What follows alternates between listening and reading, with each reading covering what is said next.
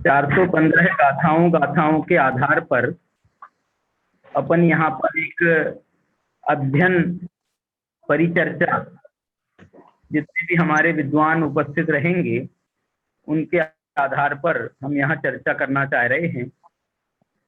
हमारे जयपुर के साथी संतोष जी कटनी वाले, ये उनके आग्रह पर ये परिचर्चा का आयोजन किया गया है और उसी के संदर्भ में अपन ने ये कार्यक्रम बना लिया। हमने संजय जी से बात की, सर्वोदय अहिंसा संजय जी बड़ा मलहरा से, तो उन्होंने कहा ये टाइम हमारा फ्री भी है, तो इस टाइम पर हम ये कार्यक्रम अच्छे से चला सकते हैं। उन्होंने तो हमको 7, सवा 7 तक के करने की भी परमिशन दी है, लेकिन अपन जितना संभव होगा, हम लोग यहाँ पर सोनगढ़ में हैं, तो अभी 7:30 से 8:30 बजे तक पूज्य गुरुदेव श्री का अष्टपाहुल का प्रवचन चल रहा है। इस कारण से हम वो कार्यक्रम को भी हमें अटेंड करना है। इस कारण हम यहाँ पर 7, सवा 7 बजे ही ये समय सार की परिचर्चा को अपन पूरा कर देंगे। 7 बजे ही करने का भाव है, और कभी 2-4 मिनट आगे पीछे हो जाए बात अलग है। और इसमें आचार्य कुंद के जो हृदय तक अपना पहुंचने का भाव रहेगा। मैंने अपने प्राकृत के भी जो जानकार हैं, हमारे वीर सागर जी, अनेकांत जी, सुदीप जी को भी मैंने मैसेज किया है, प्रियांश जी को भी मैसेज किया है, और वो लोग भी यदि इससे जुड़ेंगे तो इसमें और आनंद आएगा, ऐसा हमें लगता है। इसलिए अपन इसको अब प्रारंभ करते हैं। और एक बहुत बड़ी बात ये अनायास हो गई कि आज ही आचार्य कुंद का आचार्य पदारोहण दिवस है। आचार्य पदारोहण दिवस से मतलब ये है कि आज के दिन उनको आचार्य पद पर आरूढ़ किया गया था। आपको मालूम होगा इतिहास थोड़ा सा कि आचार्य कुंद की जो दीक्षा है वो उनके 11वें जन्म दिवस पर 11वें जन्मदिन का पहला वर्ष मान करके, जब उनका दशाब्दी मनाई जा रही थी, 10 साल के हो गए थे आचार्य कुंद, उस दिन ही आचार्य कुंद का जन्मदिन भी है, और उसी दिन आचार्य कुंद का दीक्षा दिन भी है। ऐसा ही हमारे 24 तीर्थंकरों में शायद 19 तीर्थंकरों के साथ में ऐसा है, 19 के साथ में है ना, कि उनका जन्म कल्याणक की तिथि और दीक्षा कल्याणक की तिथि ये एक साथ आती है।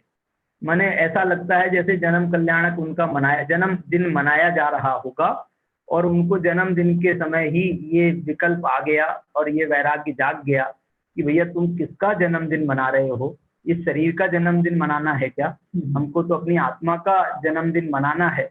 ये आत्मा सिद्धत्व को कब प्राप्त हो और सिद्ध स्वरूप का, सिद्ध गति का जन्मदिन कब हमारा प्रारंभ हो, तो इसलिए जो है उनको वैराग्य आता है और वो दीक्षा लेकर के चले जाते हैं। तो इसी बात को ध्यान में रखते हुए हम जो हैं यहाँ पर चर्चा कर रहे हैं। मैं ये भी निवेदन करना चाहता हूँ हमारे साथ में जुड़े हुए सभी साथियों को, जो हमारे साथ में यहाँ जुड़े हैं। यहाँ पर ये संतोष जी बैठे हैं, यहाँ संयम जी बैठे हैं, यहाँ पर सामने स्वर्णलता जी भी यहाँ पर बैठी हैं। हम लोग यहाँ 4 लोग तो यहाँ पर हैं ही, और आप लोग जो भी साथ में बैठे हैं, वो कोई क्या तरीका होगा विनीत जी रेज हैंड करने का या उनको बोलने का है? विनीत जी भाई साहब, रेज हैंड कर सकते हैं, और इसके अलावा अपन अनम्यूट आप भी कर सकते हैं, मैं भी कर सकता हूँ, कोई इशू नहीं। अच्छा, किसी को भी नहीं, लेकिन वो जो हम लोगों ने मोबाइल से लगाया है ना, तो वो उसमें हमको पता तो नहीं चल रहा, चलेगा ना कैसे कौन आ रहा है? अच्छा, रेज हैंड करने पर हो जाएगा। जी, और हम भी इसको सेट किया है, तो हमारा अप्रोच नहीं है जी कोई इशू नहीं भाई साहब, मैं करता जाऊंगा।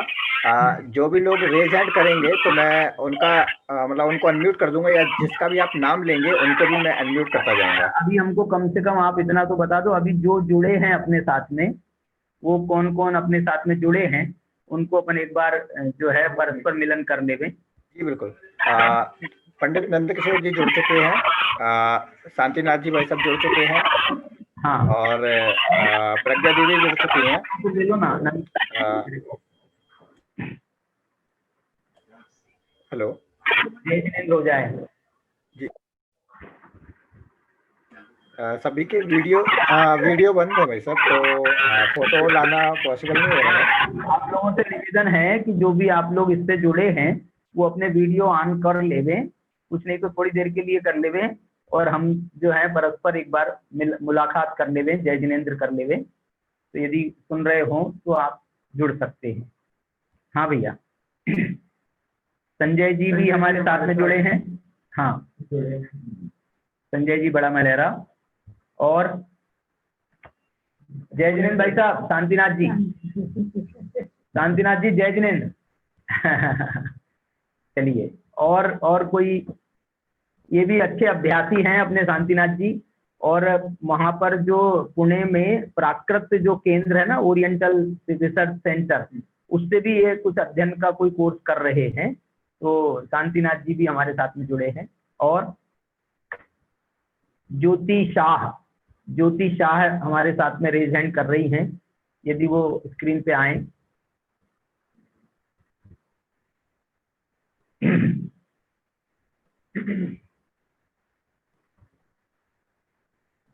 चलिए और आगे चलें।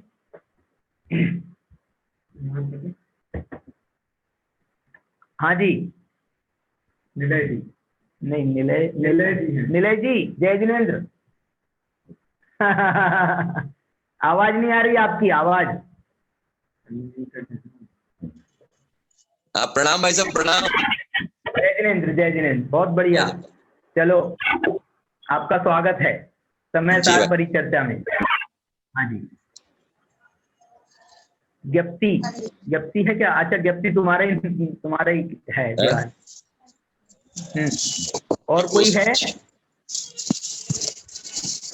चलिए चालू करें अपन, समय सार की चर्चा प्रारंभ करें समय सार का मंगलाचरण से। मैं संयम जी से निवेदन करता हूँ कि वो समय सार की पहली गाथा से इसका मंगलाचरण प्रारंभ करें।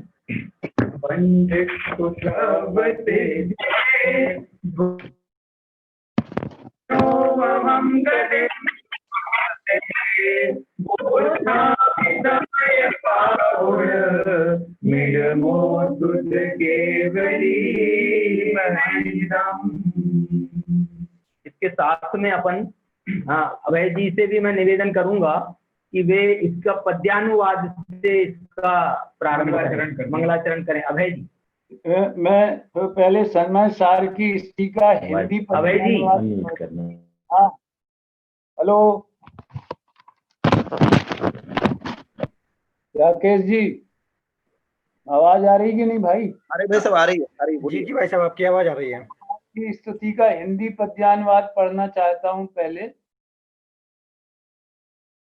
स्तुति, समय सार की स्तुति से मंगलाचरण करें अपन, फिर बाद में मैं पद्यानुवाद निकालूंगा।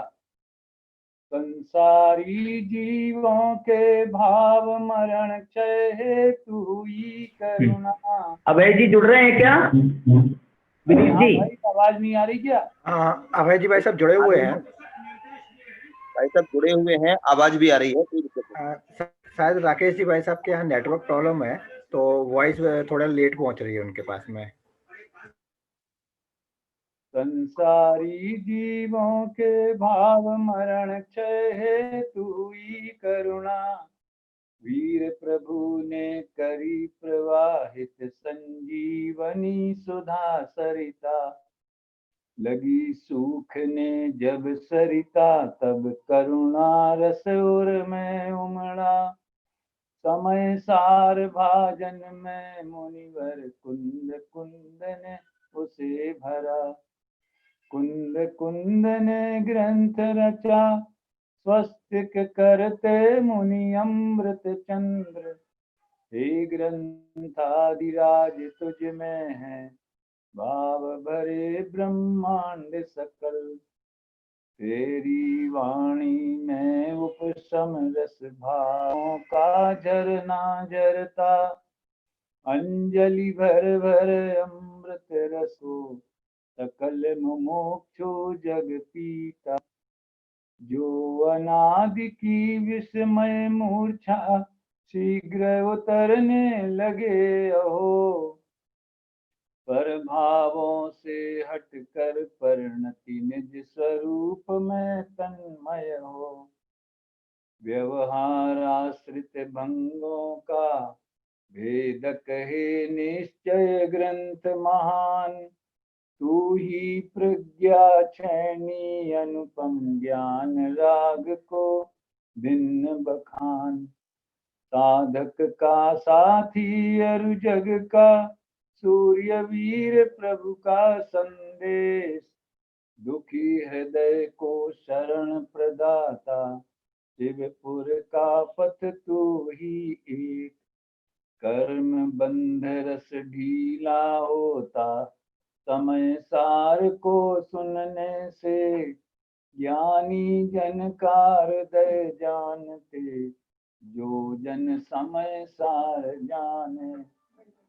समय सार की रुचि होते ही विषयों की रुचि होय विनष्ट। जिस पर समय सार रीझे तो उस पर ज्ञायक देव प्रसन्न।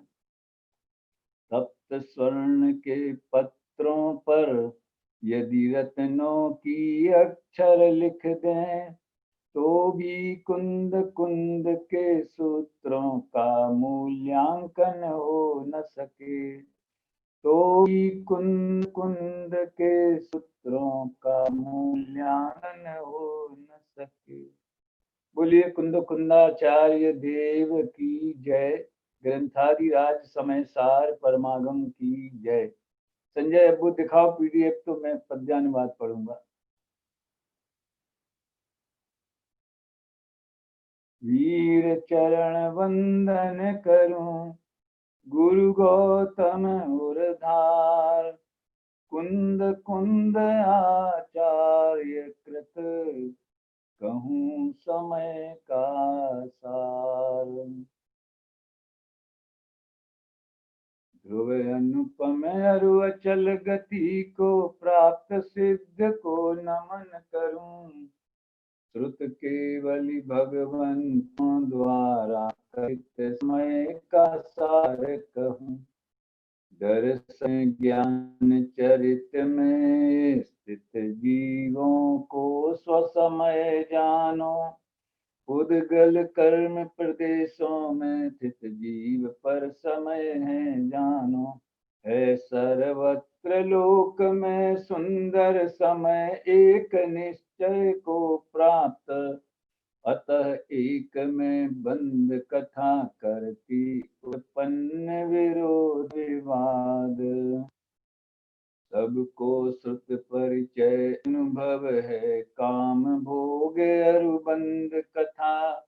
निज एकत्व विभक्तात्म की प्राप्ति हुई नहीं कभी कथा। वह एकत्व विभक्त आत्मा दर्शाऊं निज वैभव से।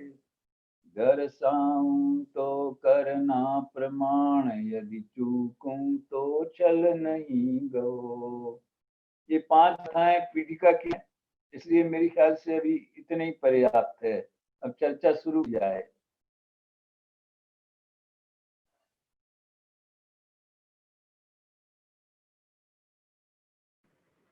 हो गया।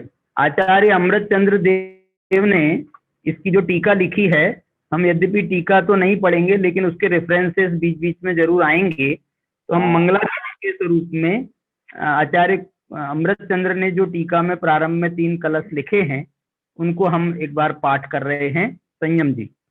नमः समय ताराय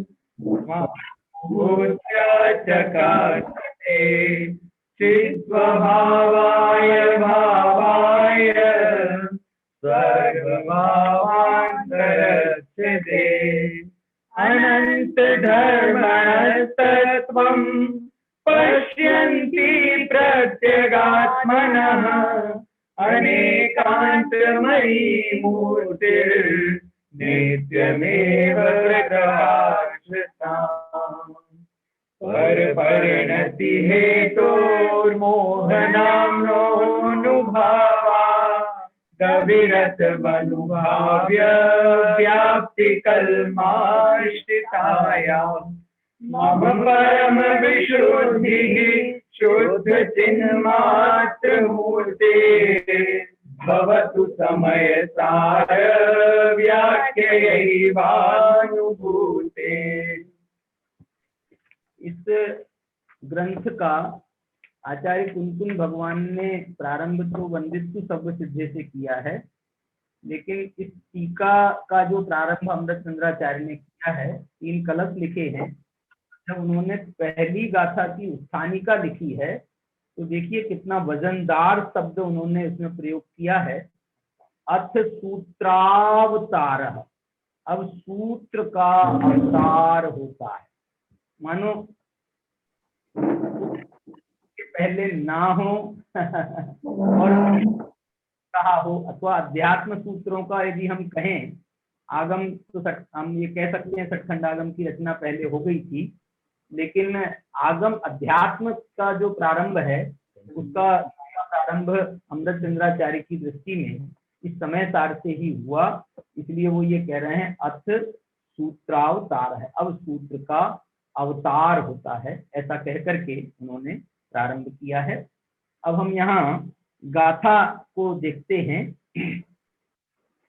वंदितु सव्वसिद्धे धुवमचल मनोवमं गतिं वक्ते वोचामि समय पाहुल निरमोत्सद केवली वहनम। कुंतुन भगवान यहाँ पर सर्व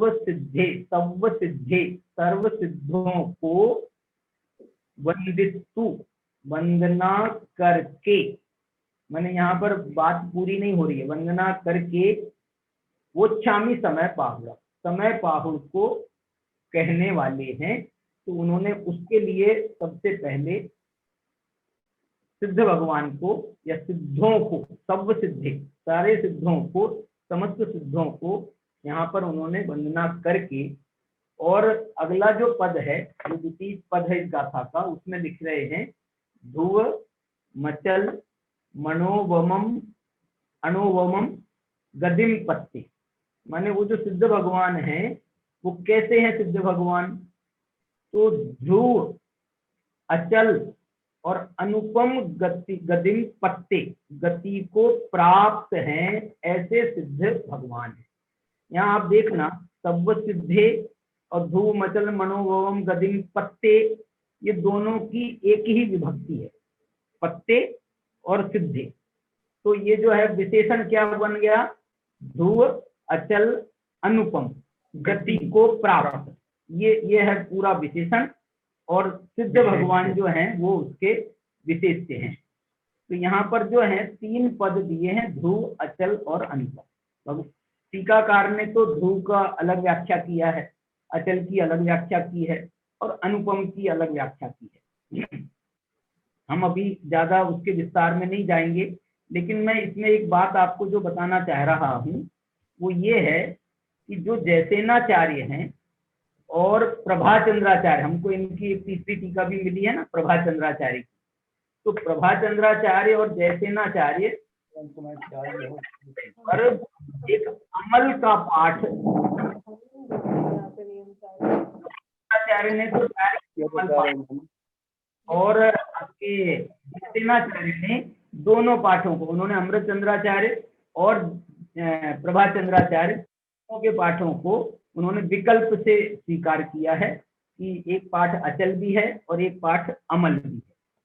मैं ये कहना चाहता हूँ आपको, ये जो प्रभाचंद्राचार्य की टीका है ना, ये प्रभाचंद्राचार्य की टीका इसी कारण से मुझे ये महसूस होता है कि और जो हमारे पास में कालखंड भी जैन सिद्धांत कोश के आधार पर जो कालखंड भी मिलता है, तो प्रभाचंद्राचार्य अमृत चंद्र और जयसेन के बीच के, अमृत चंद्राचार्य को 1100 वर्ष हो गए हैं, तो प्रभाचंद्राचार्य को लगभग 950 पौने माने 10,000 को कुछ कम है वर्ष हुए हैं, और जो आपके जयसेनाचार्य हैं उनको लगभग 900 950 950 वर्ष हुए, इसलिए प्रभाचंद्राचार्य बीच के हैं। इसलिए जयसेनाचार्य की टीका बाद में लिखी गई ऐसा लगता है, और उन्होंने दोनों पाठों को स्वीकार किया, अचल को भी और अमल को भी। क्यों, किसको छोड़े, वो ना अचल को छोड़ सकते हैं ना अमल को छोड़ सकते हैं, इस दृष्टि से उन्होंने दोनों को। और एक बात जो हमको लगती है, आपको कभी कभी हमको भी लगता है कि ध्रुव और अचल ये जो दोनों पाठ हैं, ये दोनों एकार्थवाचक हैं, ध्रुव गति कहें अथवा अचल गति कहें। तो यद्यपि हम दोनों को, ध्रुव शब्द जो है वो काल से संबंधित है, और अचल शब्द जो है वो प्रदेशों से, क्षेत्र से संबंधित है। तो उनके अचल प्रदेश हैं सिद्धों के, इस कारण से हम अचल पाठ को कह सकते हैं। और ध्रुव जो है, अब वो उनकी गति जो है ऐसी गति को प्राप्त हुए हैं कि जिसका कभी नाश नहीं होगा, ऐसा ध्रुव गति है। इसी कारण से प्रवचन सार की कौन सी 17-18 नंबर की गाथाएं हैं, उसमें ये कहा है कि हे सिद्ध भगवान, आपका ऐसा उत्पाद हुआ है जिसका कभी व्यय नहीं होगा। और ऐसा मैंने, यद्यपि उत्पाद व्यय द्रव्य हैं, आप भी उत्पाद व्यय द्रव्य है, लेकिन आपका उत्पाद ऐसा हुआ कि जिसका व्यय नहीं होगा, और ऐसा व्यय हुआ, संसार का व्यय हुआ ना, जिसका कभी उत्पाद नहीं होगा, और मोक्ष का ऐसा उत्पाद हुआ है कि जिसका कभी व्यय नहीं होगा, और आप शुद्धात्मा रूप से सदा काल विराजमान रहोगे। इसलिए ये जो है ये द्रव्य का प्रतीक है। तो इस कारण से यहाँ पर जो है इस गति को ध्रुव गति कहा गया, अचल कहा गया, क्षेत्रवाची अर्थ ले सकते हैं। लेकिन एक पाठ जो अमल पाठ है, वो अमल पाठ इस बात का प्रतीक बन रहा है, क्योंकि अमल जो है ये सिद्ध भगवान का सबसे बड़ा विशेषण है। क्योंकि सिद्ध भगवान की जब भी चर्चा आती है, मोक्षमा प्रकाशक में तोडरमल जी ने भी कहा, जहां जहां भी चर्चा आती है तो ये मिलता है कि जो द्रव्य कर्म, नो कर्म और भाव कर्म से रहित हैं, वो है सिद्ध भगवान। क्योंकि अनंत भगवान द्रव्य कर्म, नो कर्म, भाव कर्म से सर्वथा रहित नहीं हुए। भाव कर्म से रहित हो गए, द्रव्य कर्म में 8 द्रव्य कर्मों से रहित हुए, और नो कर्म तो पूरा का पूरा शरीर उनके साथ में है। लेकिन सिद्ध भगवान जो है वो द्रव्य कर्म, नो कर्म, भाव कर्म से रहित है, और इन तीनों कर्मों की एक शब्द में मल संज्ञा है। द्रव्य कर्म मल, भाव कर्म मल और नो कर्म मल, इनकी एक शब्द में मल संज्ञा है, और उसका नाश हुआ है, इसलिए अमल। इस कारण से सिद्ध भगवान को अमल कहने में भी ये विशेषण जो है बहुत बड़ा एक अर्थ की पूर्ति करता है। इस कारण से यदि हम ध्रुव के साथ में अचल की जगह पर अमल पाठ भी स्वीकार करें तो कोई दोष नहीं है। और अनुपम, आपकी उपमा, हे सिद्ध भगवान, आपकी उपमा किसी से नहीं दी जा सकती है, आपकी भी उपमा नहीं दी जा सकती, और आपकी गति की उपमा भी नहीं जा सकती, क्योंकि ये सब विशेषण तो गति के हैं ना। तो आपकी उपमा, सिद्ध भगवान आप किसके समान हो, आप तो सिद्ध भगवान, आप तो सिद्ध भगवान के समान हो, इसलिए अनुपम। और आपकी जो गति प्राप्त हुई है आपको, वो गति भी अनुपम है। अनुपम, क्या अनुपमता आप देखते हो, बताओ। अनुपमता इस अर्थ में भी है कि संसार में आज तक ऐसी गति मिली नहीं, इसकी जिससे किसी गति की उपमा दी जा सके संसार में, ऐसी अनुपम गति है। दूसरा, अनुपम का भाव ये भी हम समझ सकते हैं कि जो शुद्ध आत्म प्रदेश हुए ना सिद्ध भगवान के, शुद्ध आत्म प्रदेश, तो वो शुद्ध आत्म प्रदेश जो है वो ऐसी अनुपमता कोई संसारी को नहीं है उपलब्ध। क्यों? क्योंकि बाधाएं बहुत हैं। यहाँ पर जो है सिद्ध भगवान को जो कौन सा कर्म है ना, अपना नाम कर्म, अगुर लघुत्व गुण प्रकट होता है उनको नाम कर्म के अभाव से। तो वो जो अगुर लघुत्व गुण है वो उनका जो है इतना उसमें क्रिस्टल क्लियर हुआ है उनके प्रदेश कि एक माही अनेक राजे, कितने ही सिद्ध भगवान उनके अंदर में प्रवेश कर जाएं तो कोई बाधा नहीं है, ना उनको दूसरे सिद्ध भगवान से और ना दूसरे सिद्ध भगवानों को उनसे। ऐसी जो है एक में अनेक राजे वाली जो स्थिति बन गई है, ये एक बात जो है अनुपम है।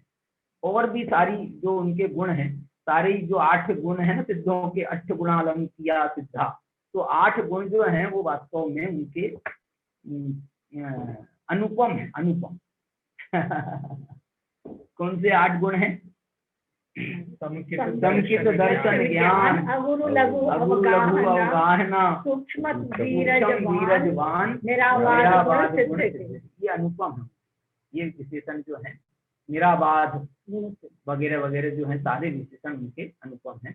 तो ऐसी जो है सिद्ध भगवान की अनुपम गति है, उनको तो सिद्ध भगवान को यहाँ पर स्मरण किया। आप बताओ संतोष जी कि सिद्ध भगवान को इसमें विशेष रूप से क्यों नमस्कार किया गया?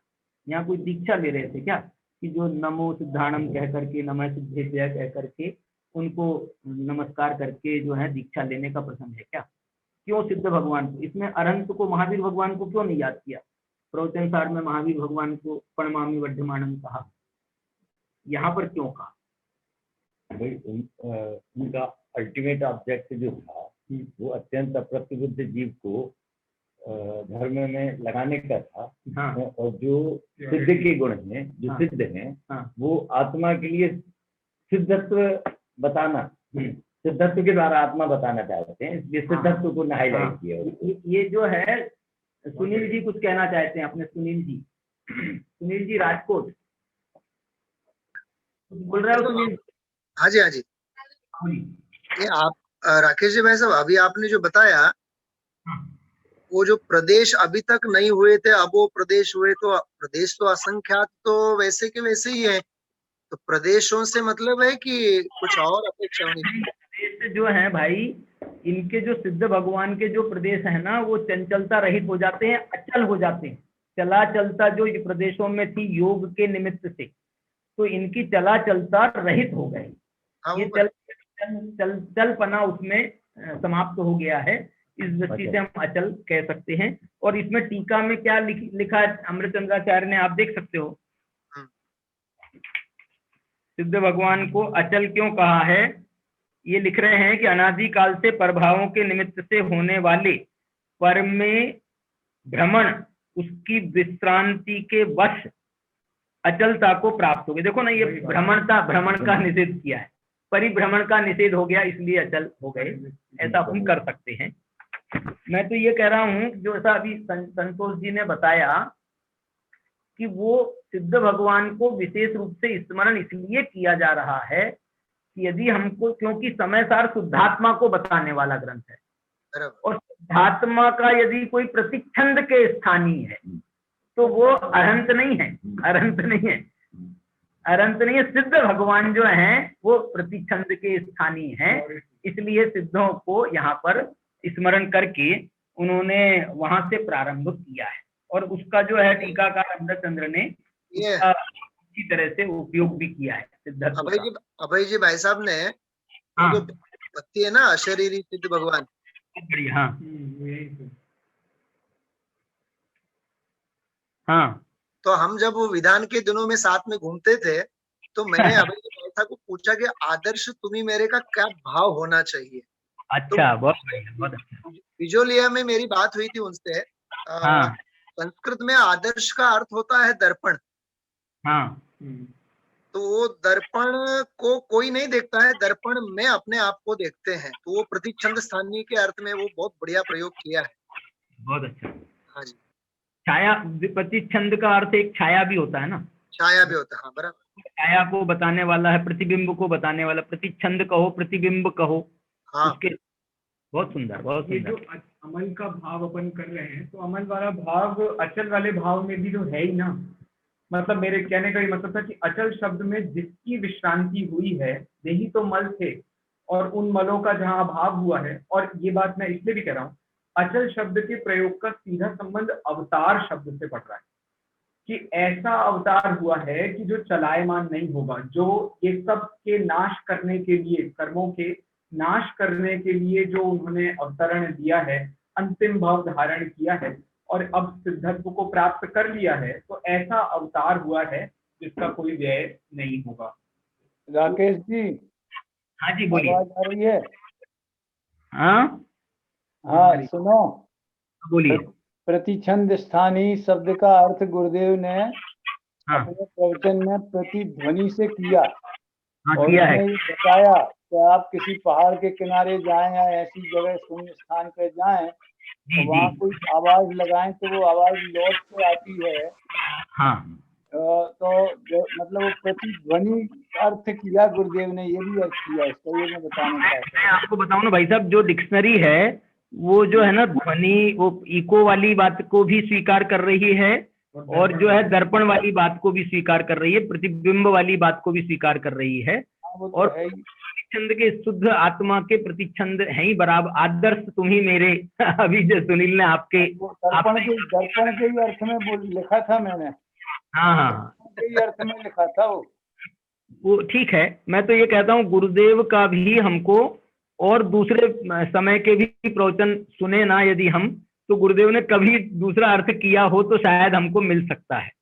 हाँ। गुरुदेव हमेशा बंद करके नहीं रहते हैं कि भाई हमने यही पहली बार अर्थ किया तो दूसरी बार भी यही करें, तीसरी बार भी यही करें, ऐसा बंद करके गुरुदेव चलते नहीं है इस दृष्टि से।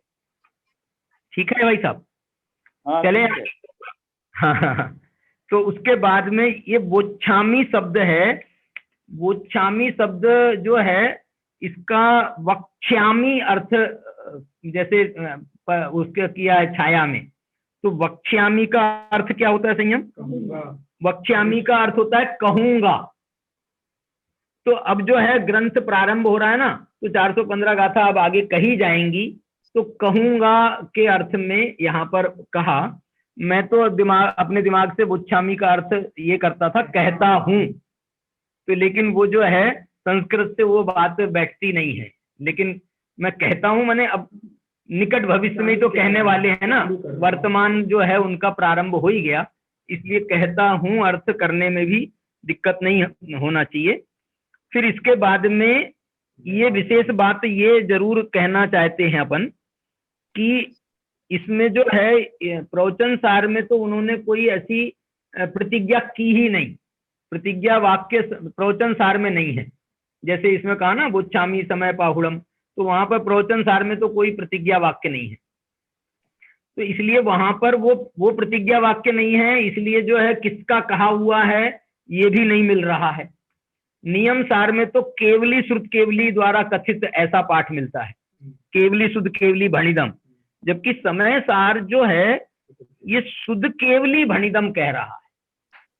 मतलब ऐसा भी अपन अर्थ इस पे विचार कर सकते हैं कि इसके लिए आत्मा के ज्ञान के लिए, आत्मा का अनुभव करने के लिए, आत्मा को समझने के लिए केवली की आवश्यकता नहीं है, ऐसा अर्थ करें।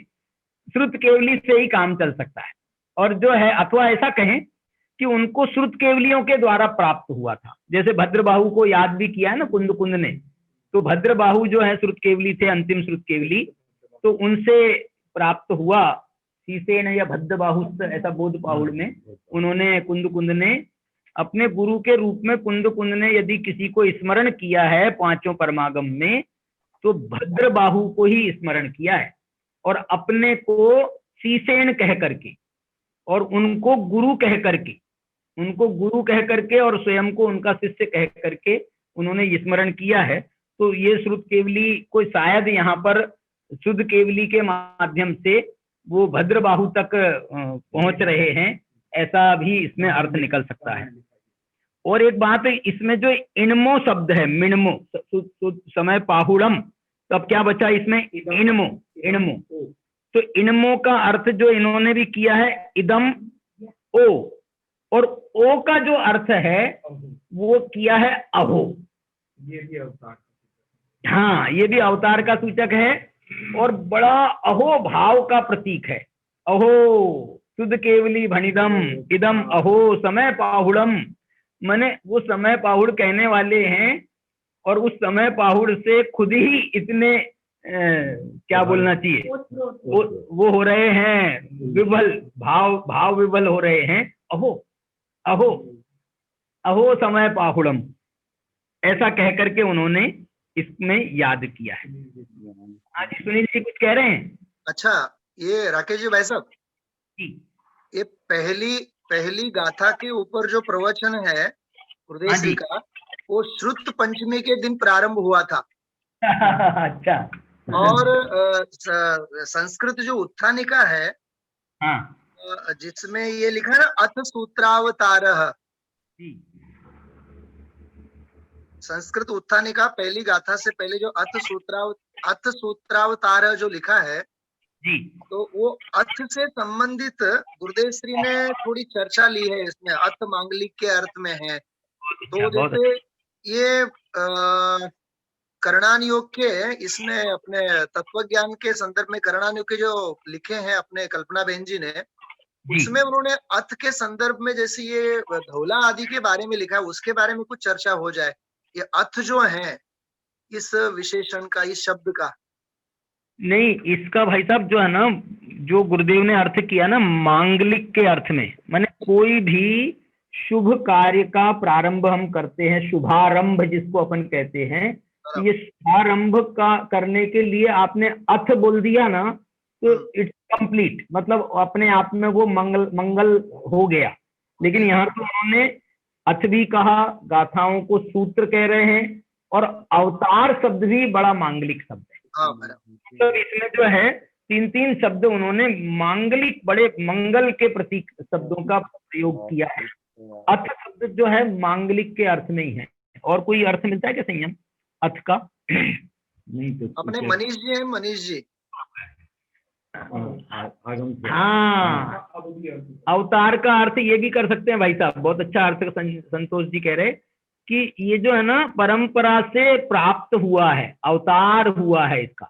अवतार नहीं माने हमारा खुद का कुछ नहीं है हमारा खुद का कुछ नहीं है, ये जो है पूर्व परंपरा से आगम, जिसको अपन आगम अर्थ से भी कहते हैं, वो अर्थ भी इसका किया जा सकता है।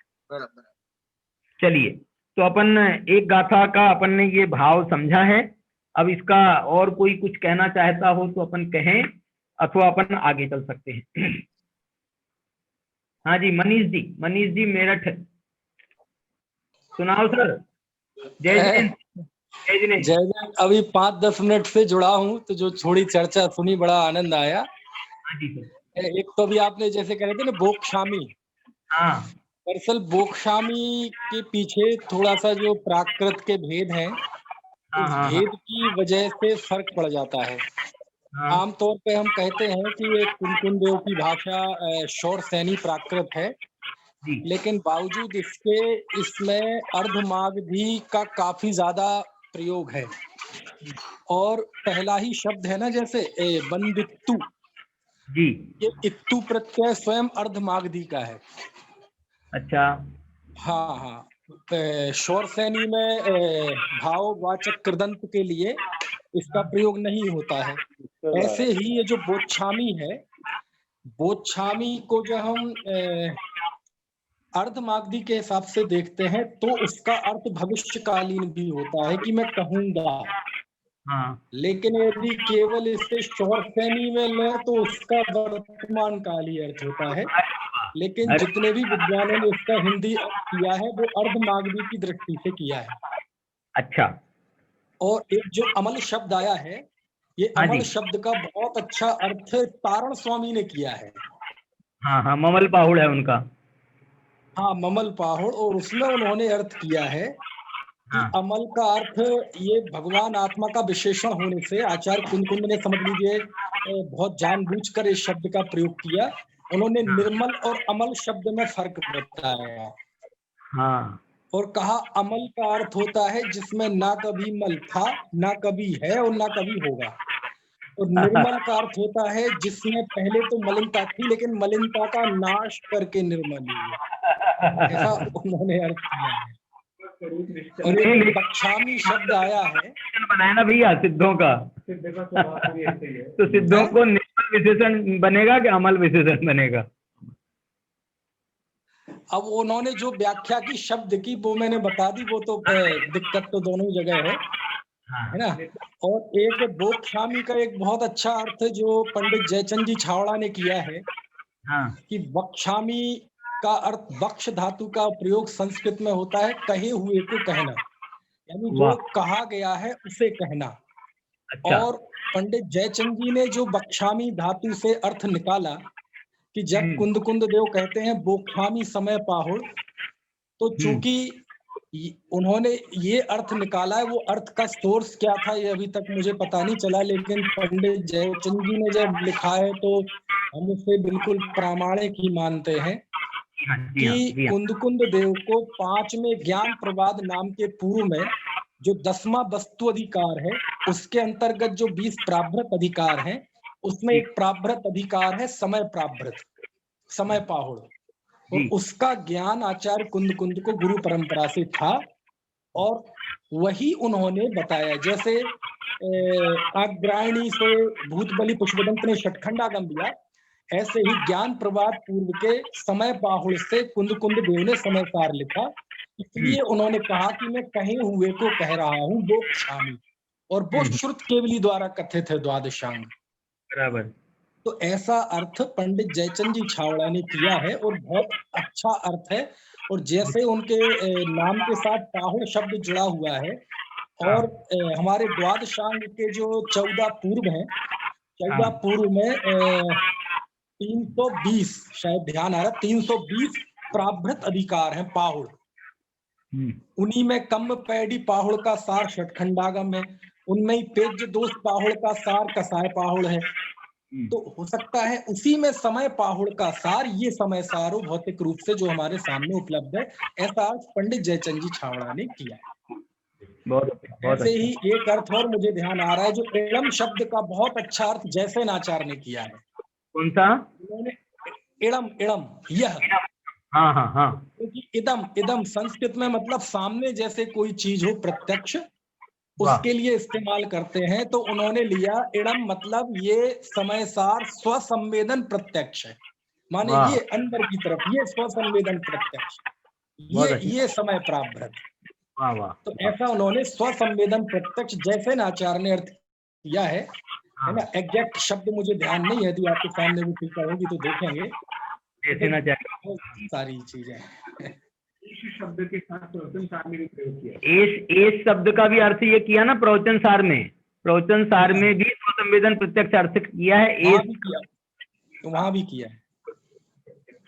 हाँ हाँ। अच्छा, अथ के बारे में क्या बता सकते हो भाई साहब? अथ तो मंगल का सूचक है। अब चूंकि जैसे हमारे यहाँ अभिषेक होता है, तो अभिषेक के लिए हम मांगलिक करने के लिए घंटा बजाने लगते हैं, जय जयकार करने लगते हैं। कोई जब बड़ा आदमी आती है तो उसके स्वागत में घंटा बजाने लगते हैं, दुंदुबियां बजाने लगते हैं, शहनाई बजाते हैं। तो ऐसे ही जब भी कोई महान कार्य करते हैं लेखन के रूप में, तब जब कोई लेखक लिखता है तो लेखक के सामने तो शब्द ही हैं जो कुछ है, तो उस माहौल को मांगलिक करने के लिए वो एक शब्द इस्तेमाल करते हैं, अथ। अथ मतलब समय सार आ रहा है, सब खड़े हो जाओ, तालियां बजाने लगो, जय जयकार करने लगो। मतलब ये जो मांगलिक वातावरण होता है, लोक में तो हम करने लगेंगे, लेकिन लिखने में कैसे करें मांगलिक? तो यदि एक अथ शब्द लिख दिया तो समझ लो वो एक पूरा मांगलिक माहौल के लिए है, वो मांगलिक, इसके लिए अथ शब्द का इस्तेमाल होता है। और अवतार? अवतार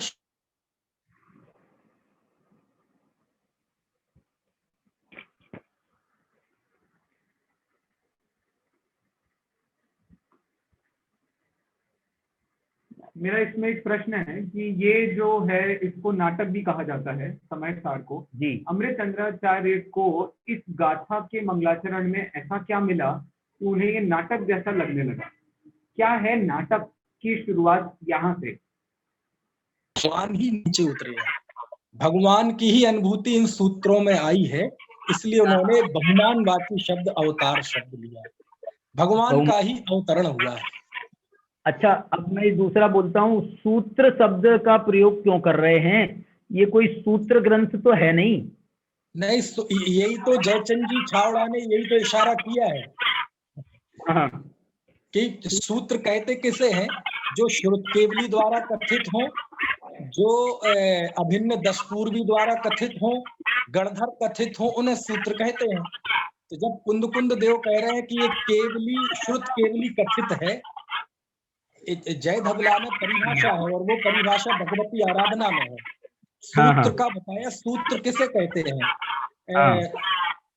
गाथा मुझे देखो याद आ जाएगी बोलते बोलते, गणहर कहियम सुध केवली कहियम सूत्रम, ऐसी गाथा है जिसमें गणधर द्वारा कथित कहे हुए वचन सूत्र हैं, श्रुत केवली द्वारा कहे हुए वचन सूत्र हैं, अभिन्न दशपूर्वी द्वारा कहे हुए सूत्र पूर्व है, और एक चौथा और है, वो ध्यान नहीं आ रहा।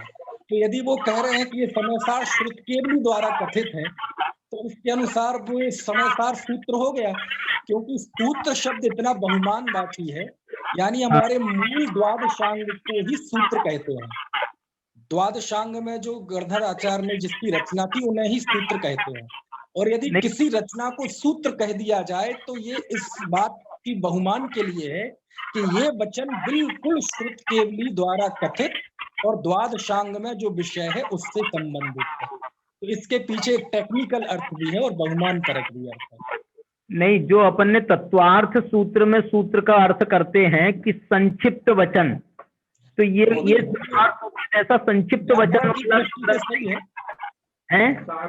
जब व्याकरण की दृष्टि से तत्वार्थ सूत्र में जो सूत्र शब्द है वो तो दरअसल मूल नाम तो सूत्र है नहीं, ग्रंथ का तो नाम है तत्वार्थ, बस इतना नाम है, तत्वार्थ ही मिलता है। तत्वार्थाधिगाम, तत्वार्थ भाष्य, तत्वार्थ वृत्ति, तत्वार्थ राजवार्तिक, तत्वार्थ श्लोक वार्तिक, सूत्र उस नाम में शामिल नहीं है। लेकिन वो संस्कृत के अनुसार जो सूत्र की कंडीशन है, संक्षिप्त हो, सारगर्भित हो, अर्थ की पूर्णता हो, उस अर्थ में वह सूत्र है। तो अपने वीरसेन स्वामी ने धबला में उसके लिए तत्वार्थ सूत्र शब्द का इस्तेमाल किया है, तभी से वो सूत्र शब्द उसमें एक रूढ़ी से जुड़ गया, लेकिन मूल नाम उसके में सूत्र है नहीं। और सूत्र उसे इस अर्थ में कहते हैं क्योंकि व्याकरण सम्मत और एक जो तकनीकी बारीकियां हैं सूत्र की वो उसमें लागू की गई है। लेकिन जब अमृतचंद आचार्य समयसार को सूत्र कहते हैं तो वहां जो व्याकरण के टेक्निकल अर्थ में सूत्र नहीं कहते, वो सूत्र कहते हैं, वो श्रुत केवली की परंपरा से इसका संबंध है, इस बहुमान के अर्थ में सूत्र कहते हैं। नहीं, इसमें जयचंद जी ने जो ये लिखा ना भैया कि सूत्र की 10 जातियां कही हैं, उसमें एक परिभाषा जाति भी है। तो वो परिभाषा जो है, जो अधिकार को अर्थ के द्वारा यथास्थान सूचित करे, वह परिभाषा कहलाती है। कुंदाचार्य देव पराभृत का परिभाषण करते हैं, अर्थात वे समय पराभृत के अर्थ को ही यथास्थान बताने वाला परिभाषा सूत्र रचते हैं। तो ये सूत्र के जो डेफिनेशन दी है ये तो है ही, ये तो कोई भी ग्रंथ होगा प्राचीन ग्रंथ, उस प्राचीन ग्रंथ के सब सूत्र ग्रंथ ही हैं। प्रवचन सार भी सूत्र ग्रंथ है, रत्रगण श्रावकाचार भी सूत्र ग्रंथ है, उस अर्थ में तो सभी सूत्र ग्रंथ है, हो जाएंगे ना, वही सभी सूत्र। लेकिन जो अवतार के साथ भाव जुड़ा हुआ है, अथ सूत्र अवतार है, एक जो उन्होंने एक विहंगम भाव भूमिका दी ना, उसमें टेक्निकल अर्थ ना लेके वो अर्थ है कि ये सूत्रों के रूप में भगवान का अवतार हो रहा है और भगवान के वचन श्रुत केवलियों के गणधर के वचन के रूप में ही अवतरित होते हैं और उन्हें सूत्र कहते हैं, और ये समयसार वही सूत्र है।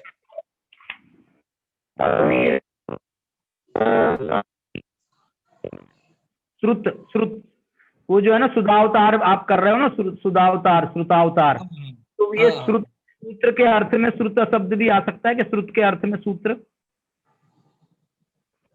नहीं, श्रुत का तो अपना एक सेपरेट अर्थ है। श्रुत तो हमारे द्वादशांग को ही श्रुत कहते हैं रूढ़ी से, क्योंकि वो सुना हुआ था, तो वही असली श्रुत है, लेकिन उससे सुने हुए इन ग्रंथों को भी श्रुत कहते हैं उपचार से। नहीं, जैसे सुत्त पाहुड़ है ना भैया, सुत्त पाहुड़ में सूत्र अर्थ भी निकल सकता है और श्रुत अर्थ निकाला गया है। सुत्त पाहुड़ का सूत्र अर्थ भी होता है और श्रुत अर्थ भी किया गया, मैंने दोनों जगह भाई किया गया है तो मुझे उसका पता नहीं है, लेकिन सूत्र का अर्थ तो सूत्रीय, क्योंकि गाथाओं में वो सूत्र के उदाहरण दिए हैं और सूत्र की वो बताए हैं जिन वचन के सूत्र। लेकिन वो वैसे तो श्रुत पाहुड़ है ना, वो दूसरा पाहुड़ जो है सूत्र पाहुड़ कहा गया है, श्रुत के अर्थ में नहीं है वो ना सूत्र है वो तो। और वो वहां भी सूत्र का अर्थ ये नहीं है व्याकरण वाला। सुनो तो भाई, उसमें द्वादशांग वगैरह का सबका अर्थ किया है ना वहां पर। हाँ, उसका अर्थ भी तो किया है, सूत्र माने श्रुत। कोई बात नहीं, अब अर्थ तो होते हैं, कोई दिक्कत नहीं है। अर्थ तो व्याख्याकार अर्थ करते हैं, उनका अपना अभिप्राय होता है, उसमें क्या दिक्कत है।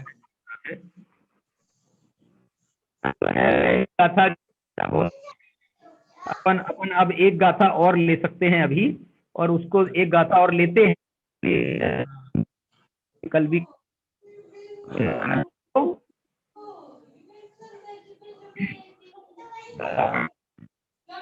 संयम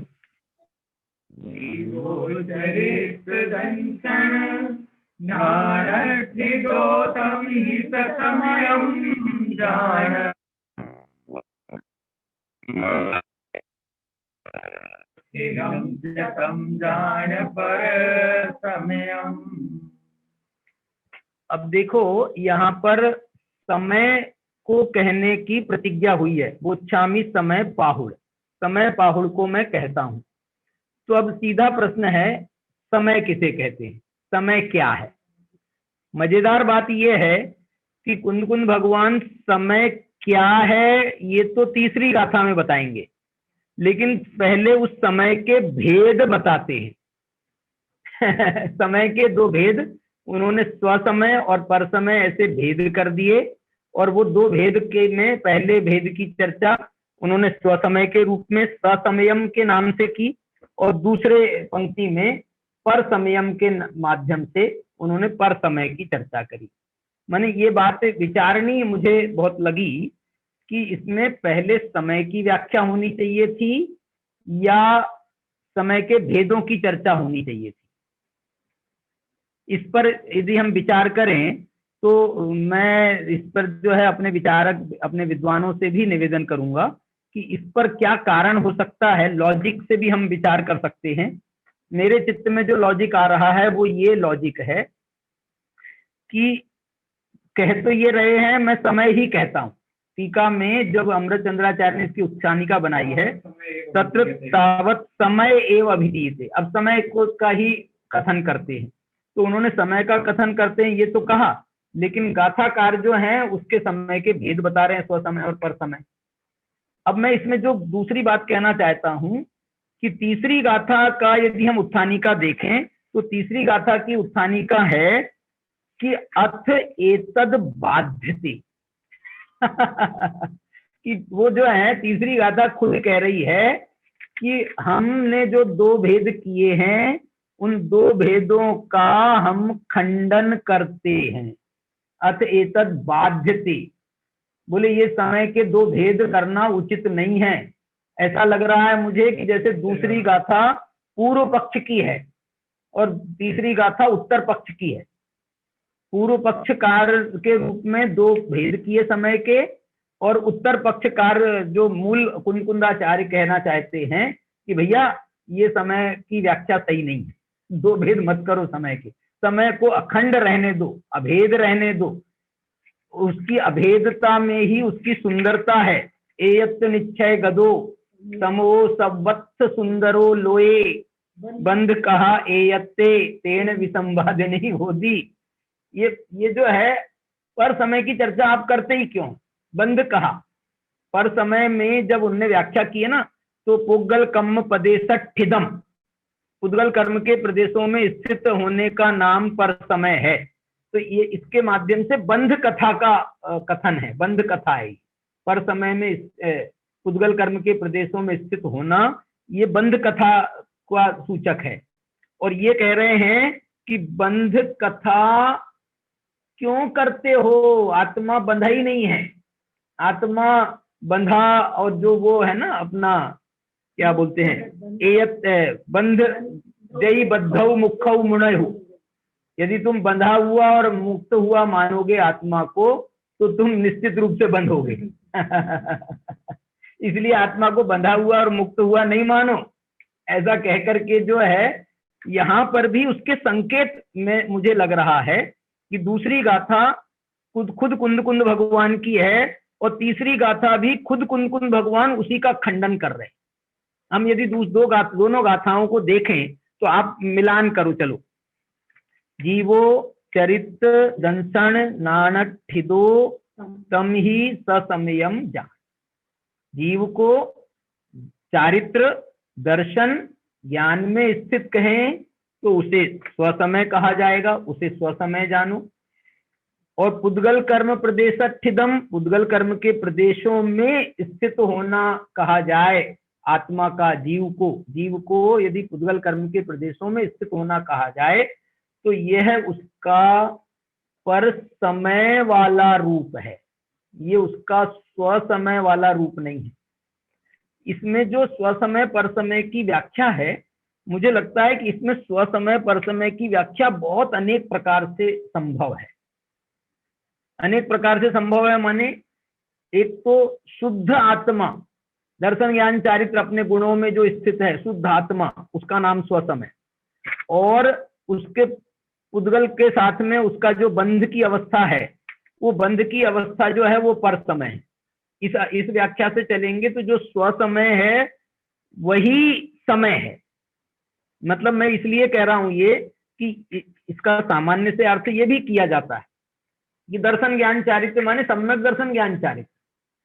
तो जो आत्माएं, जो जीव सम्यक दर्शन ज्ञान चारित्र में स्थित हैं वो स्वसमय माने सम्यक दृष्टि आत्माएं।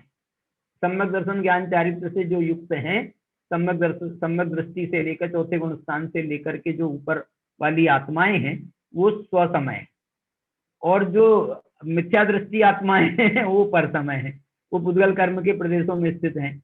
लेकिन मैं ये कहता हूं इस बात को ऐसा क्यों नहीं लेते हो आप। यदि पर्याय दृष्टि से ही देखें हम तो सिद्ध भगवान स्वसमय है और बाकी के सब 13वें गुणस्थान और 14वें गुणस्थान तक के अनंत भगवान भी पर समय है। क्यों?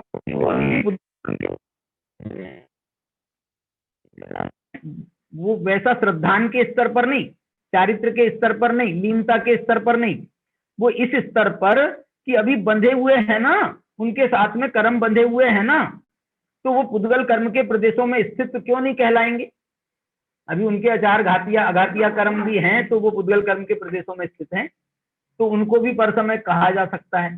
देखो शुद्धात्मा को स्वसमय, तो बंध दो द्रव्यों के परस्पर बंध को पर समय, पुद्गल और आत्मा के बंध को असमान जाति द्रव्य पर्याय को पर समय।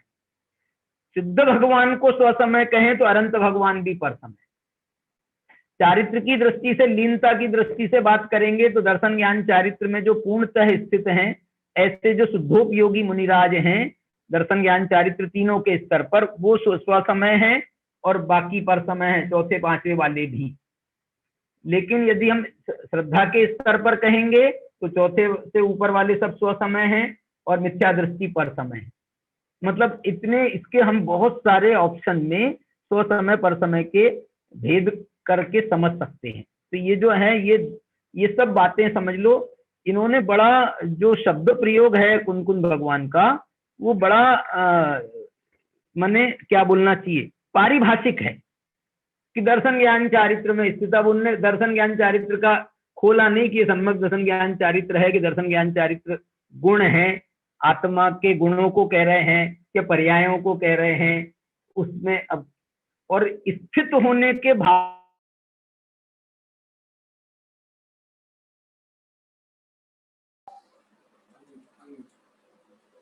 हेलो, इसमें स्थित होने के भाव से भी बात निकल रही है कि दर्शन ज्ञान चारित्र में कौन स्थित है। इसमें हम पर्याय दृष्टि का भी विचार कर सकते हैं। मैंने यहाँ द्रव्य दृष्टि से विचार ना करें तो पर्याय कौन इसमें स्थित है। दर्शन ज्ञान चारित्र में आत्मा के जो स्वभाव हैं दर्शन ज्ञान चारित्र, तो अपने स्वभाव में कौन स्थित है वो स्वसमय है, और जो स्वभाव में स्थित नहीं है कर्मों में स्थित हैं, माने बाहर में, आत्मा के बाहर स्थित हैं, पर में स्थित हैं, वो पर समय। तो पुद्गल कर्म के प्रदेश जो हैं वो उसका एक क्या बोलना चाहिए, सैंपल है, क्या बोलते हैं उसको, उपलक्षण से उन्होंने पुद्गल कर्म के प्रदेश कहे। ये पुद्गल कर्म के प्रदेश में हम शरीर को भी ले सकते हैं, नो कर्म को सांकेतिक है, माने उसमें हम शरीर को भी ले सकते हैं। ये पुद्गल कर्म के प्रदेश तो आप कहोगे कर्म तो नहीं है, लेकिन ये कर्म का फल है ना, नो कर्म, और उसका नाम भी कर्म है, नो कर्म। शरीर को भी ले सकते हैं, भाव कर्म को भी हम कर्म, पुद्गल कर्म के प्रदेशों में स्थित कहेंगे। क्यों? क्योंकि ये भाव कर्म उन द्रव्य कर्म के ही उदय से हो रहे हैं। दो प्रकार का उदय है ना द्रव्य कर्म का, भाव कर्म के रूप में और नो कर्म के रूप में। तो इसलिए जो है ये सब उसके पुद्गल कर्म के प्रदेशों में ही ये कहलाएंगे। औदारिक आदि वर्गणाएं कहें, औदारिक आदि शरीर कहें, ये भी तो कर्म के निमित्त से ही प्राप्त होते हैं। तो इस दृष्टि से जो है इसमें हम ये अर्थ भी कर सकते हैं, पुग्गल कम पदेशठिदम। और एक बात ये भी है कि ये जो शब्द है ना पोग्गल, पोग्गल, पोग्गल, पुद्गल नहीं, पोग्गल, ये प्राकृत में, शौर सैनी प्राकृत में शायद ये पोग्गल रूप इसका विशेष रूप से बनता है, पोग्गल। और जो कुनकुन भारती से जो समयसार प्रकाशित है उसमें एक अभी मेरे को हेमचंद जी भी बोल रहे थे कि उनके पास में कारंजा में जो एक प्रति उपलब्ध है जयसेनाचार्य की या समयसार की एक प्रति उपलब्ध है हस्तलिखित में, तो उसमें ये जो है ना जान शब्द जो है ना, ससमयम जाने, जान नहीं है वहां, जाने भी पाठ मिल गया। तो ये जो है वो अभी इस बार जो उनका समयसार रिप्रिंट हो रहा है तो ये पाठांतर में वो जाने शब्द भी दे रहे हैं कि जाने शब्द है। और हम जब एक बार उनसे मिले थे, विद्यानंद जी जो दिल्ली में थे, तो वो उनसे मिले थे तो वो तो बहुत बोलते थे इस बात को, जाने जाने जाने। और वो जाने का कोई विशेष भाव बताते थे। वो ये कहते थे देखो स्व समय में तो जाने माने, जाने माने जैसे अनुभव करना। जो स्व समय में स्थित है वो उस नहीं, जो अपने दर्शन ज्ञान चारित्र में स्थित है वो अपनी आत्मा का, शुद्धात्मा का अनुभव करता है, जाने, ये अंतरंग अर्थ निकलता है। और जान जैसे ये आदेशवाची है, उसको जान, तो पर समय को जान और स्व समय को जाने, अनुभव कर। ऐसा भी एक अर्थ इसका निकलता, कुछ थोड़ा सा निकलता है। अब ये तो प्राकृत वाले बताएंगे, लेकिन एक पाठ जरूर मिल गया जाने का। और उनकी तो कुनकुन भारती के तो सभी प्रकाशनों में जाने ही पाठ है, उनको भी जरूर कोई ना कोई वो पाठ मिला ही होगा। तो वहां से तो प्रकाशित समयसारों में यही पाठ मिलता है, जाने। तो इसको जो है विशेष अर्थ अपन इसके समझ सकते हैं। और तीसरी गाथा में उसका फिर उन्होंने खंडन भी किया है। खंडन किया माने अचेतन बाध्यते के माध्यम से। तो चलिए इस पर अपन कुछ चर्चा, अभी जो है थोड़ा जो सामान्य अर्थ है वो तो मैंने किया है, इस पर चर्चा को हम आमंत्रित करते हैं। 2-4 मिनट हम चर्चा कर सकते हैं, नहीं तो फिर बाकी हम चर्चा इसकी कल करेंगे। कोई इसमें कोई विशेष बात बताते हुए इसका समापन करना चाहे तो जरूर करें। मनीष जी, शांतिनाथ जी कुछ कहना चाहते हो?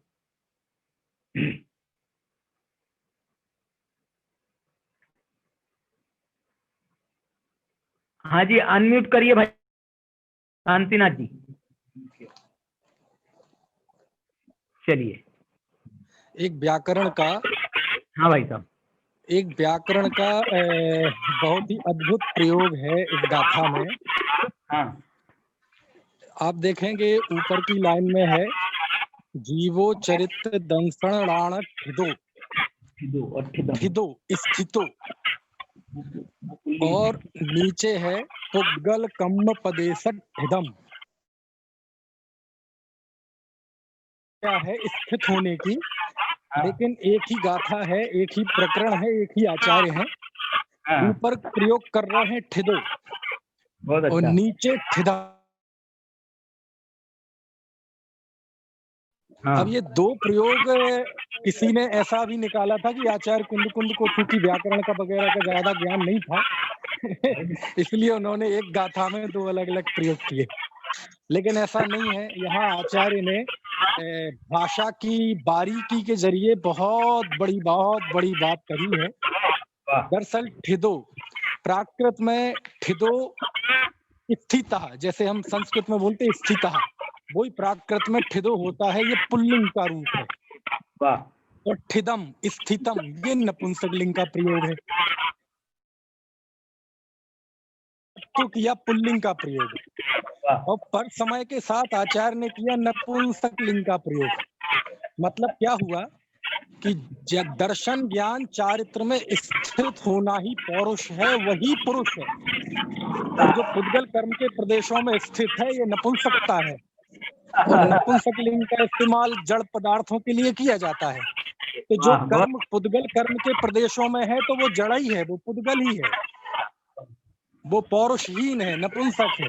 इस तरह का भाव आचार्य ने व्याकरण की बहुत छोटी सी ट्रिक से उन्होंने कारीगरी से उसमें डाल दिया ये भाव। ठिदो ठिदम, ठिदो पुल्लिंग का, ठिदम नपुंसक लिंग का, इस तरह से। ऐसे एक पाठांतर ठिदा भी है, तो यही बात अपन पुल्लिंग और नपुंसक पर लाए हैं। उसी बात को आप एक वचन और बहुवचन पर भी ला सकते हो।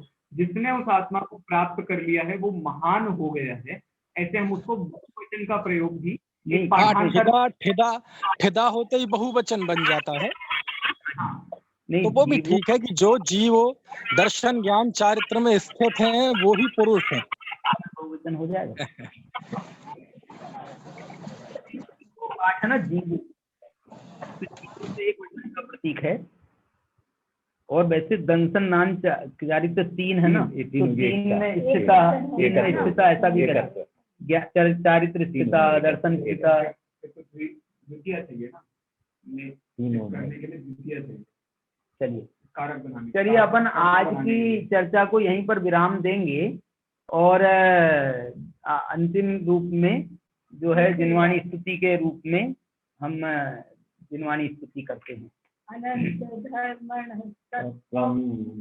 पश्यन्ति प्रत्यगात्मनः अनेकान्तमयी मूर्तिर्नित्यमेव प्रकाशयति।